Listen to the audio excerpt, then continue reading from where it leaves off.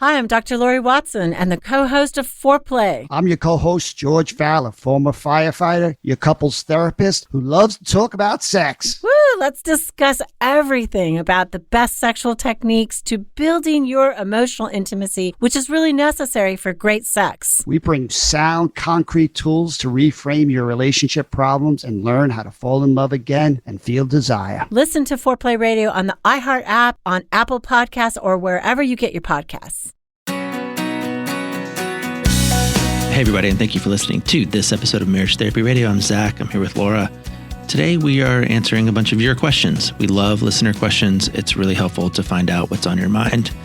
So I really appreciate you sending those in. We'll get right to it. But first, I want to give a shout out to Rebecca, who is my wife, but not this Rebecca. This is a different Rebecca who introduced me to Heather Havrilesky's writing and her book, Foreverland. If you have not yet listened to episode 202 of Marriage Therapy Radio, check it out. Heather Havrilesky has written a really brilliant book that I think you should read. And I want to thank Rebecca for pointing us in her direction. Also want to say hi to Jesse and Juno. Thank you for raising your hand. It's really cool to know that we are connecting with folks around the country and also around the world. My buddy Warwick is down under. He's always good for a dad joke or an insight. So I appreciate you, and I appreciate all of you actually for being a part of the Marriage Therapy Radio community. I actually have a favor that I need to ask, and I need your help.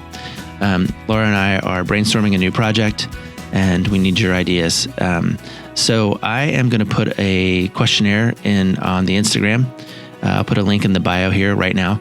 But if you are not following us on the Instagram, please do that at Marriage Therapy Radio. And if you are, go over there and click the link in the bio. I have 3-ish questions that I need your help with.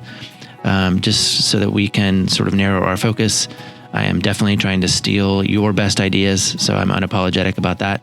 But I do want to make sure that we are focused on things that you are interested in, just like today's mailbag. Again, thank you for your questions. This is a very cool conversation. Stick around. I'm almost tired. Yeah. It's weird. This is weird for us. It's Sunday. Usually we're Thursday morning, so we're bright-eyed and bushy-tailed. But man, Sunday is something else, isn't it? Yeah, it is. I feel duped. I got up real early this morning to get my kid to ski lessons, which started at 9:30, and I left my house at 7:30. Ugh. Ugh. Gosh. But it is such a beautiful day outside. Anyway, are you single parenting? What's going on? Like, you sent me these messages about you like needing to take care of this and that and all of that. What's happening? I actually have a bone to pick with the people who invented teenage girls. Like, who thought this was a good idea? That there has to be like a chemical where we can like stop puppies from growing and keep them puppies forever. And then like just like magically make it so that we never hit the teenage stage for kids. And they just go from like 6 to 26. And we don't have to go through the crap in the middle. I guess there's problems with every single phase, but man, yeah, Rebecca's been out of town this week. She left Wednesday morning. It's Sunday now. So usually we're okay, but I think Mary and I have about a 3.5 day window of tolerance for one another. Did you hit 3.7? So we're outside of that window right now. So, and I turn into like a monster. I don't understand it, man. I like in general in my life right now, I feel really healthy. I feel actually like an actual adult, like a healthy adult for the first time, maybe in my whole life. That's so great. But then, you know, she'll push my button and I turned it into this ogre, you know, full of just vitriol and, oh gosh. I was talking to somebody the other day about something that's happening in her world. And I was talking to my therapist. And your therapist was telling you what was going on in their world? No, From in one Mary's world. I therapist was talking to okay. the therapist about something that's going on in Mary's world. And I said, I'm pissed about it. But actually what I really am is I'm pissed that I'm pissed. Right. Like that's the thing that's making me the most. And so how do you get out of that cycle? Well, ideally, she changes. Like that would be great. I love that. That's like even in your ideally your scenario. Is the like, ideal situation, the ideal solving of this problem is control over it. The other person changing. This is marriage 101, right? Yeah, marriage 101. I'm going to go ahead and give you like the easy answer on this one. That's a real crappy scenario you just played out. I'm going to give you about 1,000% chance that's not happening. Anyway, we were on the sideline yesterday at a soccer game, and all of us just started kind of talking. It was an early game. We were all started talking about how we got out the door that morning. Mm-hmm. And I felt not alone. It was really helpful. It was really nice. Yeah. Feel not alone. You brought up an interesting thing though, which is I felt angry about being angry. Yeah. And we've been calling like that like the double whammy. And I've been kind of... Who calls it that? I have been calling it the double whammy. Just in learning about kind of like what shame is and how like you might be having a negative experience, but then it's how you handle or what you think about how you feel. Does that make sense? Like how you feel about how you feel. Meta like, emotion. It's meta. And it's like, if you have the double whammy of, man, I'm really pissed off that I'm like, cause right now it's Sunday afternoon, it's sunny, it's beautiful. I need to do a 10-mile run and I just don't have the energy. I'm exhausted. Yeah. And so I'm like, man, I'm really tired. That's a bummer. But then if I feel pissed off at myself for not having the energy, for not being able to run, right now I'm pissed at myself for not having the energy. It's just the double whammy. Yeah. It's you know what I find really helps with that a lot? Napping. Just take a nap. Yeah. just bury yourself under some blankets which is what I did. I told you, I was like, I'm going to need you to call me when you're ready because I'm going to go ahead and close my eyes. And I don't know how long it had been, maybe 15 minutes, but I got a legit nap. I was asleep for a very long time. Yeah. Good. Anyway. Glad I could help. So we're doing mailbag. Oh yeah. You might want to say that again because it sounded like I didn't understand what you said. We're doing mailbag? We're doing mailbag is what we said. Mailbag. Do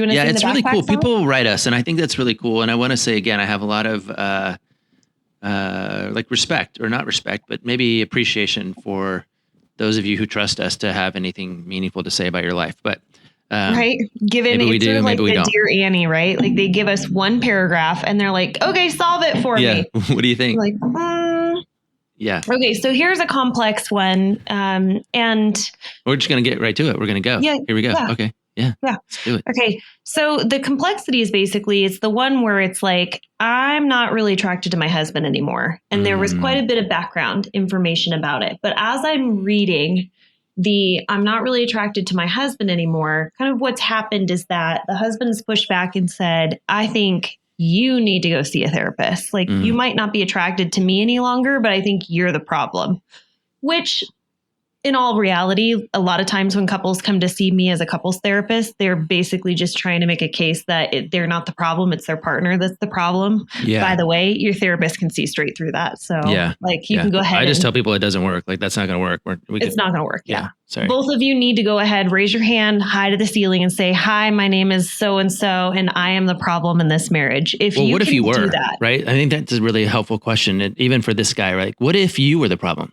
Like, what if you were like, okay, forget it. Forget that she's got this issue, that issue, the other issue. Maybe she's got a laundry list and all of those are true and valid and good and real. But what if it was you? Like, what would you do? What would you change? What would you work on? Yeah. I think it's an interesting posture for that guy, but yeah. Which reminds me, I don't know if by the time this episode comes out, if we'll have the interview that we had where the gal was talking about the pies, but that really resonated for me. We will not. Yeah, that will come out later.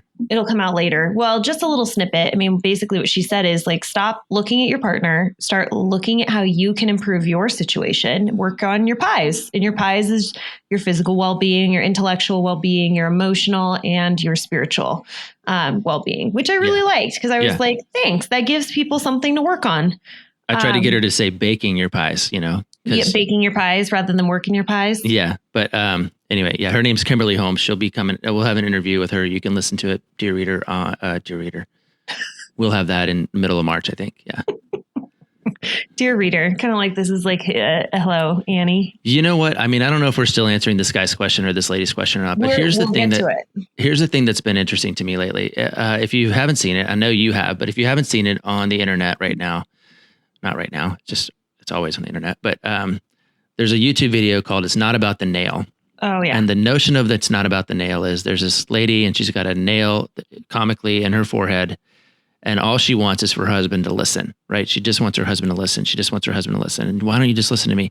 And it's funny. It's really actually very, very hilarious. And he ends up kind of getting the point, where he empathizes. Then the video ends. But here's the video that I think we don't actually see, which is, what do we do about the nail? The woman has a nail in her head. Okay. Yes, empathy, 100%. Listen to me. Don't fix me. Don't solve my problem. Also, there is a nail in your head. Oh, I'm so glad. Now you're coming full circle, and I get it. I get it of what you're talking about, because we talked about this particular email that came in from a listener, and the listener's saying, my husband's saying, it's not about me, it's about you. Like, you need to go to therapy. And so she goes to therapy, and then she comes back and she's like, I'm still not attracted to my husband. And as I'm reading through this gal who wrote, and she's like, what do I do about this? Like, I'm still not attracted to my husband. I said out loud to you, as I was kind of like trying to relay it to you, I said, ooh, it sounds like she's depressed. And that is a major, major factor. And it actually came in coincidentally with another listener who wrote us, I forget why we were doing this. It was like a joke we had, right? Like, I don't know, a couple months ago, of like the quick tips, like super easy tips. Yeah. And the woman basically just wrote, she's like, just start taking SSRI. It was like fixing a broken leg. And I'm like, man, these two need to get together. Because it sounds to me like she's trying to do everything out here to fix her marriage. She's like, I'm not attracted to my partner. And these might be things that you find yourself saying, like, I don't really like my job anymore. I used to enjoy these people that I'd spend time with, but I don't know, like, I'm over them. And man, like, I used to be a really good runner. I'm not a runner. I don't enjoy doing that. And I'm like, let's talk about the nail for a second. Is it possible that maybe you might be depressed and that might be impacting your attraction to desire another human being, or even like want to connect with someone else? Yeah, totally. No, I get it. Solve what you can solve. And sometimes we don't know until we actually just sort of explore the options. So medication sometimes is the answer. Sometimes it's meditation. Sometimes it's exercise. Sometimes it's, sort of fake it till you make it is on the list of possible solutions. I mean, there's all kinds of ways that we can actually address the solvable part of the issue. But yeah, I do think you have to kind of hold both of them, like kind of what is the larger, more pervasive thing that's going on inside the relationship, and also what can you do to both of them actually, what can they do to ensure that they are taking care of their side of the street, for sure. But it is really tough if your partner's looking at you and saying, I think you're the problem. Yeah. I mean, it is really hard to go, hey, you know what? I think you're right. I think I am depressed, and I'm finally going to go and like see if maybe I need to get on a medication, or if I need to like, make some major life changes that might impact my mental health. Even if that's coming from a really good and loving space, it's what I have begun to label benevolent contempt. Like, I think you need to go to the doctor, or I think you need to see a therapist, or I think you need to quit drinking, or whatever it is. Like, there's some benevolent contempt in that space, which is also just not helpful. But I do think, again, if I'm talking to both of them, like, keep exploring your options. But for him in particular, as I think you're the problem person. Well, what if you were? What if you were? Like, not even, you don't have to admit that you were, but what if you were? What would you start working on? If I said to you as an expert, hey, the way that you solve this problem is you change, unlike my theory about my teenage daughter, what would you do? And then that's actually kind of empowering, isn't it? Yeah. I'm all about, it's really interesting. I mean, I don't know if I will, I'm actually a little disappointed that school for me will be ending, because I have thoroughly enjoyed just having somebody else put things in front of me that I was unaware of or uninterested in, and saying, you have to learn this or else. And I'm learning a lot, and I really want to continue to be in this space of learning. But having a personal sense of power has been a massive thing that I have been really understanding. And when we lose that sense of power, a lot of things start to go haywire. Yeah. And you might have, like actual power where you're like an adult and the power is over a child. But having that power of choice in a relationship, or that power within your control, having that control, that feels really good to have. And when we lose it, that's when we start to make poor decisions, or we lash out, or we, kind of go into like our, what do we call that? Wounded child or adaptive child state. I'm mentioning that because we have an interview with Terry Real coming up that I'm pretty excited about. I know, it's true. It's true. Terry, we have a laundry list of really cool interviews that are coming up. You know that Zach and I are huge fans of getting support, and that is why we have partnered with BetterHelp to put you in contact with licensed professional counselors in your area. Tap into the world's largest network of licensed, accredited, and experienced counselors who can help you with a range of issues, including depression, anxiety, trauma, grief, relationships, and more. With BetterHelp's counselors, you get the same professionalism and quality that you would expect from an in-office counselor, with the ability to communicate when and how you want, whether it be messaging, through the phone, or video conferencing. The matching process is quick but thorough. Look, I know that a lot of therapists are booked out and difficult to get into, but don't let that stop you from getting the support that you need. The cost is less than half of what Zach and I charge, which is kind of unheard of. And when you register with BetterHelp, you are supporting Marriage Therapy Radio. Go to trybetterhelp.com MTR. So it's trybetterhelp.com/MTR to register with BetterHelp.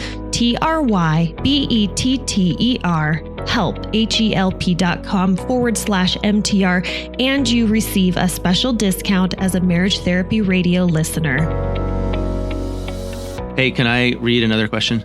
Sure. All right. So this lady, I'm not sure what she's asking, but maybe you can help me, because I actually not sure she's sure what she's asking. But she's asking about a very specific phrase called fault finding, as though it's maybe it's clinical in nature. She says it translates as overly critical criticism. The husband, I guess in this case, will hold an expectation that he doesn't communicate. Oh, he has an expectation he doesn't communicate. Then when I don't mean it, he'll stonewall or get very angry, and eventually I'll pry it out of him. When I learn about it, I'm usually frustrated because he didn't articulate it to me. Yeah. And he thinks I should just know because it's common courtesy. He is very courteous. But a people pleaser. And so once the apologizing comes, she goes into this one sort of behavior, and he labels it fault finding. And so you were like, yep. So what are you yapping? Because I'd like to know what you're thinking. Well, okay, let's talk about the first part, which is uncommunicated expectations. Mm-hmm. And I see this a lot. And there are some people that are really, really good. Like they came out of the womb, they had these family of origins where they felt safe being able to communicate their needs, and their needs were met. And so now they're in like this safe place where they have their person in their world. And so when they have a criticism or like they have a complaint, they have no issue saying, hey, I'd really like it. We call it a gentle startup, right? Like communicating your needs to your partner. There's no issue there. But then, you might have 50% of the population where they don't communicate their needs and they just store it up, or they start to assume that their partner should know their needs, which is a load of crap. Your partner should never have to play any kind of mind games or assume or just know. Or you get sneaky, or you get contemptuous because your partner doesn't like pick up on these like, I don't know, passive aggressive communications about what your needs are. So I would start with him in helping him. If he was a client in my office, helping him to figure out what is it that you actually want? What is it that you actually need? What needs to be what's in your head, and how can you communicate that so that your partner has a clearer picture of what you want and be able to ask for it?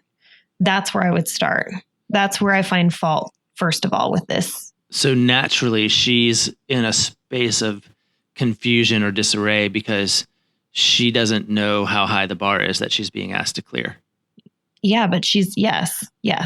And sometimes she doesn't clear the bar and she goes, well, I didn't know where the bar was. Or like, if you had set the bar here, it would have been different. Or, well, I don't understand why the bar is there because yesterday it was over there. And maybe that's the experience that they're having, which I think qualifies as, for her, defensiveness, right? I mean, it is the failure to take an appropriate amount of responsibility. And of course, I don't have much more insight into what they're talking about, but defensive people who are prone to defend, I think, need to learn more about the situation, right? This is a big thing that I've been thinking about in my own house, which is, if I start to feel defensive, what do I need to learn about? What do I need to get more information about? Or what do I need to maybe even concede?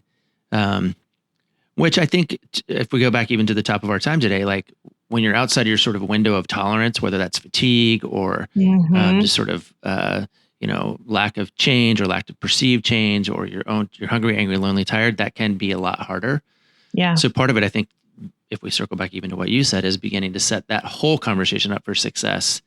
But to put her in this example into more of a posture of discovery about what it is that is actually going awry, So her place, like, to give her some sense of power of, well, that now I just have to wait around for my husband to figure out how he can put into words what is going on in his head, what his expectations are, and to gently communicate to me his needs. Give her some power, and it's make it safe for him. Get curious. Yeah. And it's not in a I'm going to hunt you down, because that's kind of the problem. Is I find, in her situation, if she was trying to prevent this situation from happening, what I see in households is that she in particular is going to become hyper vigilant. And if she sees something on his face of him, like, not being happy or being frustrated or being irritated, and she doesn't trust that he's going to communicate what's going on for him or what his needs are, she's going to become very curious, and it's going to be smothering. It's, what do you think? What's going on for you? Like, I don't understand what's your need. And it's very needy, and it's like overwhelming. And I see this like pursue. And they try to like really get it out of you. But she needs to be able to make that space safe enough for him to communicate, where it's not her trying to dig it out of him, but instead just, like, hey, why don't we sit down? Let's talk about your expectations for the weekend. How would you like the weekend to go? Yeah. And be curious rather than hunting. I think you're onto something. And it actually brings me to, I think, our last mailbag issue for the day. This one's actually from Instagram, somebody messaged us. And it's similar in its scope, but this lady, Leah, I guess, am I allowed to say that? This lady. Sure. This lady, Leah, voices sort of a similar issue. And it's kind of this issue of, we drop into pretty toxic patterns pretty fast and pretty easily. Yeah. And that means we have two fights.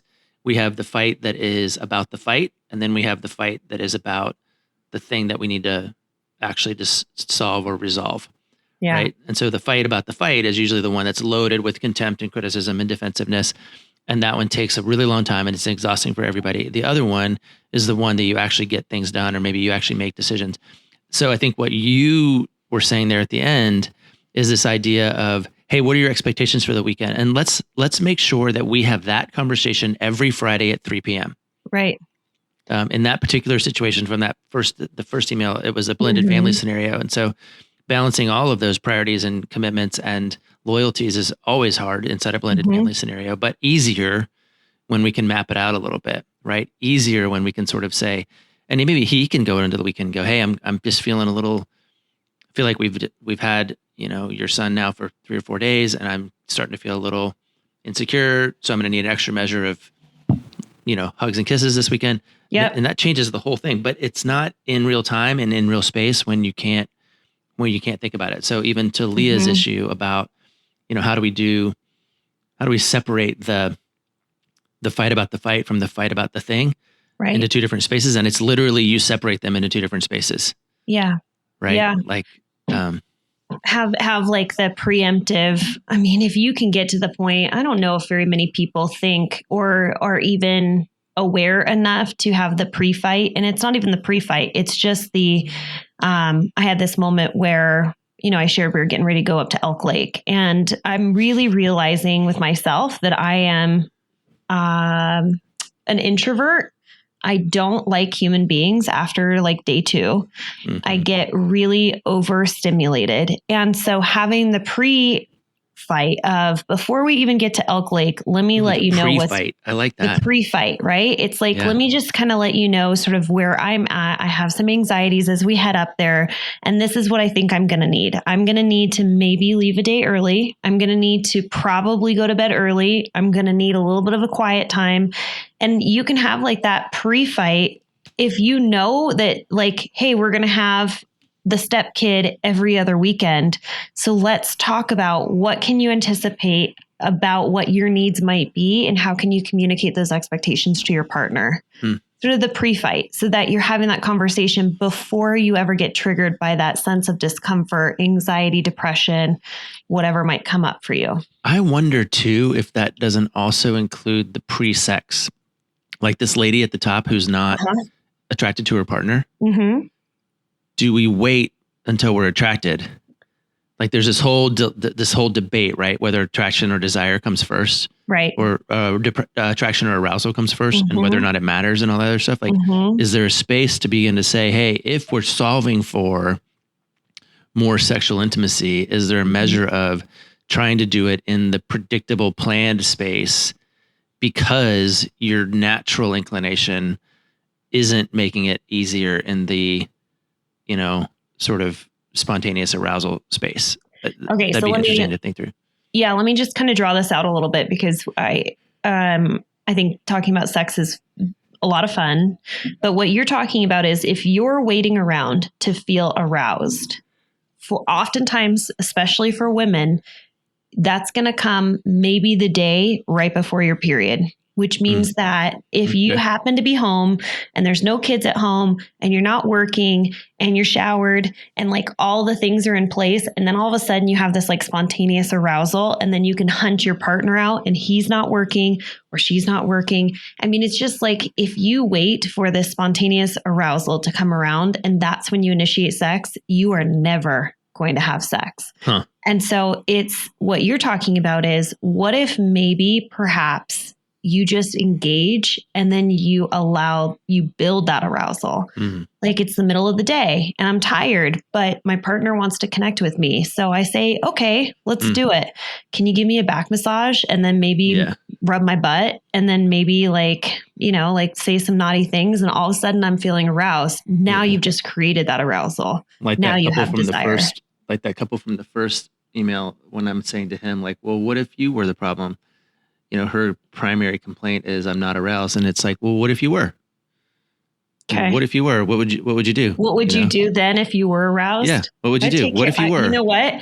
I would hear many people go, I'd take care of it myself. Yeah, sure. But that's not the question she's asking. She's not asking about how to get off. Right. She's asking about how to feel connected to her partner. Right. So I don't know. That's cool stuff.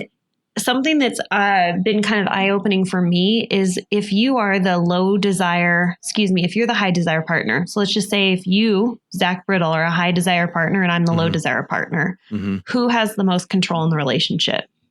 She does. In the relationship, but with the sex life. Yeah, in the sex, she does. Yeah. Lower desire partner has more control. Has more control because they're the ones. And that has not always been the case. Obviously, in marriages, it's, no means no. And so in the past, if you were the high desire partner and, marital rape wasn't a thing, then you would have control, but it's a thing.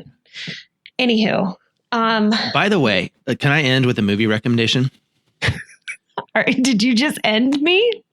Well, I mean, I think we're out of questions and we're also out. I don't know. Did you have more to say? Because it felt like you hit the nail on the head there. No, okay. I actually have more to say.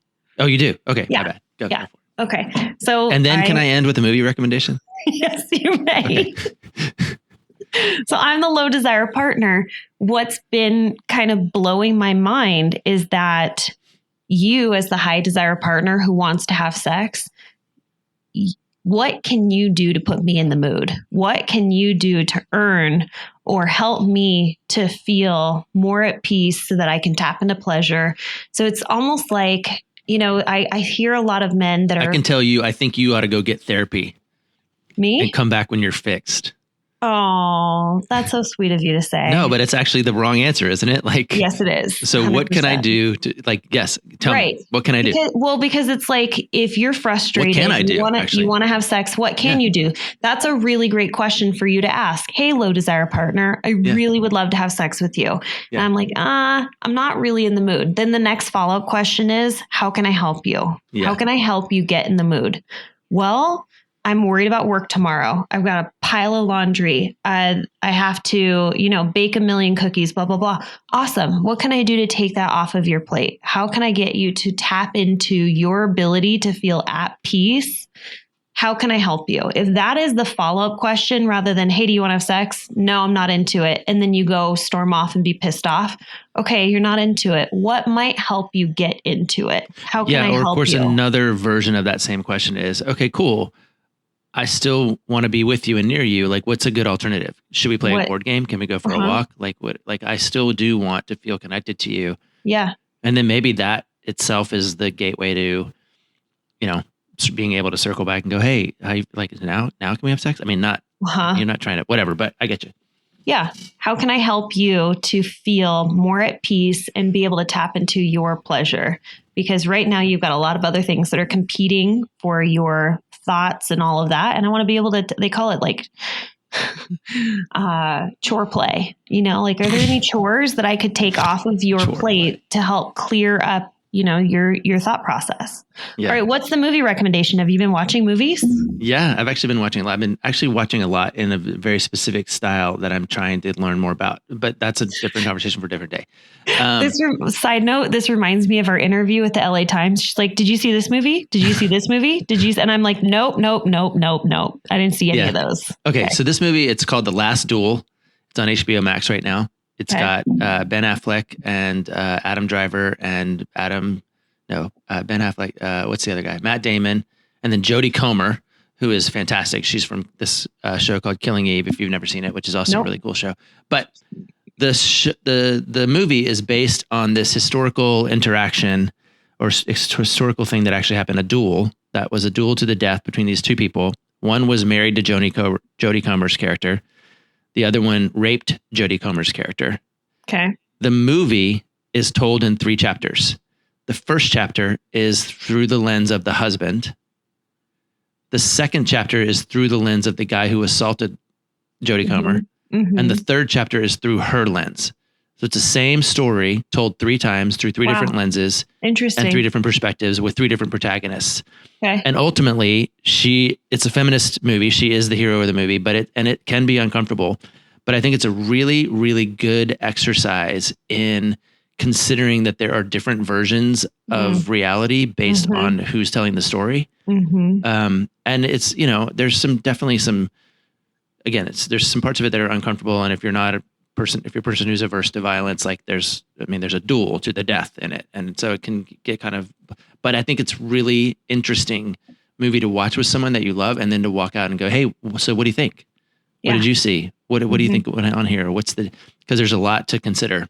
And I think that's something we need to do in our relationships anyway, is just consider that there are many different perspectives on, truth, what we're labeling truth. The truth is this woman was assaulted.